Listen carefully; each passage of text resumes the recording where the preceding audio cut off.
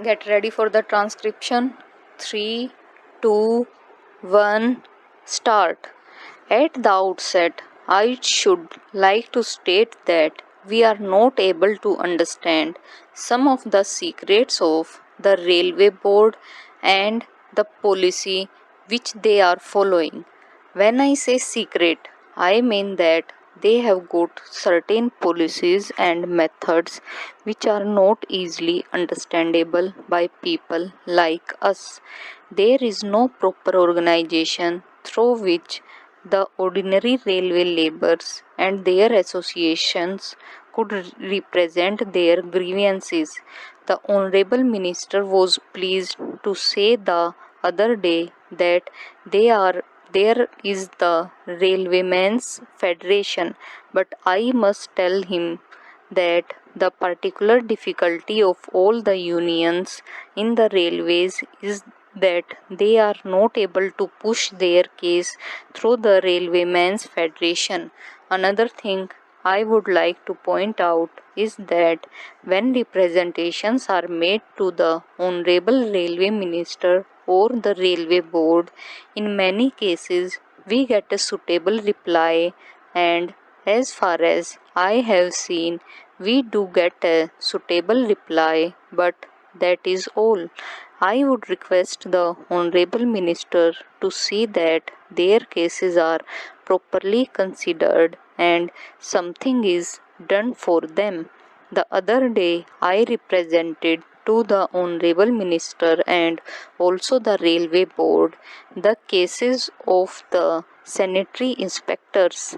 They are classified as supervisory staff. Prior to 3rd May 2008, they were given upper class passes like other officers, but since that date, all of a sudden, the upper class passes have been stopped for these people.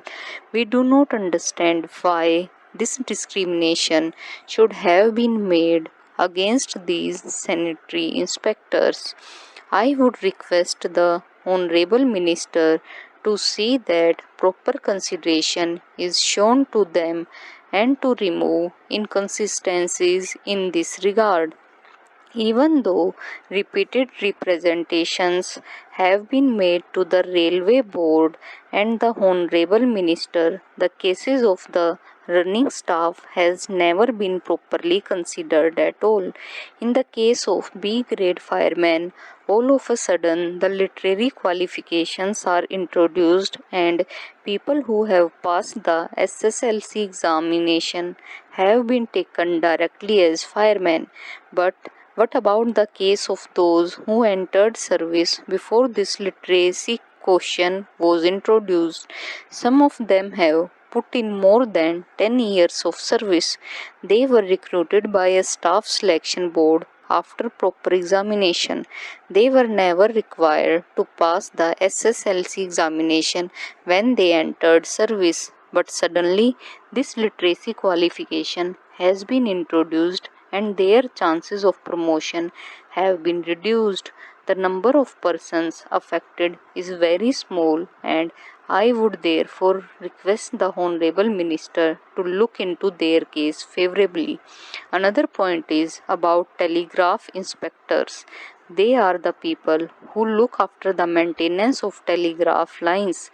They have been recruited in the normal manner, and they are the people who have put in service of more than 10 or 15 years.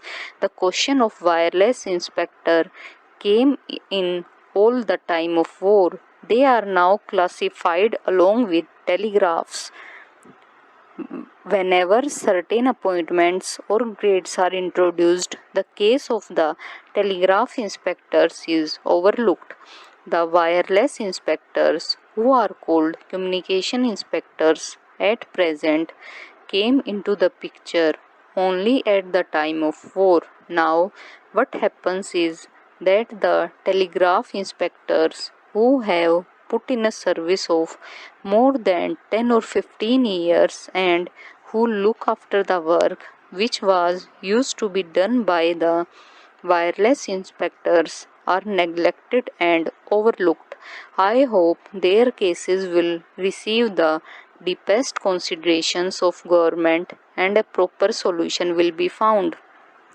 I know come to the grievance of travelling ticket examiners. Representations were made by them that they should be classified as running staff. They are not sitting staff.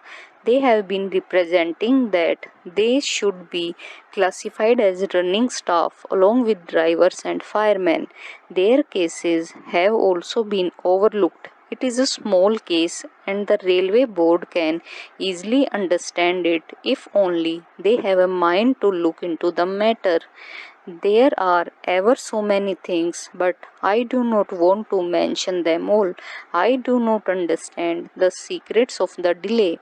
According to the railway board, delay means 10 years. That is the minimum. I am not exaggerating. I shall give you an example. An estimate for constructing an overbridge was sanctioned 10 years ago. Nobody came there. I requested the Honorable Deputy Minister to visit that place. He was pleased to visit it. I must thank the Honorable Deputy Minister on behalf of my constituency.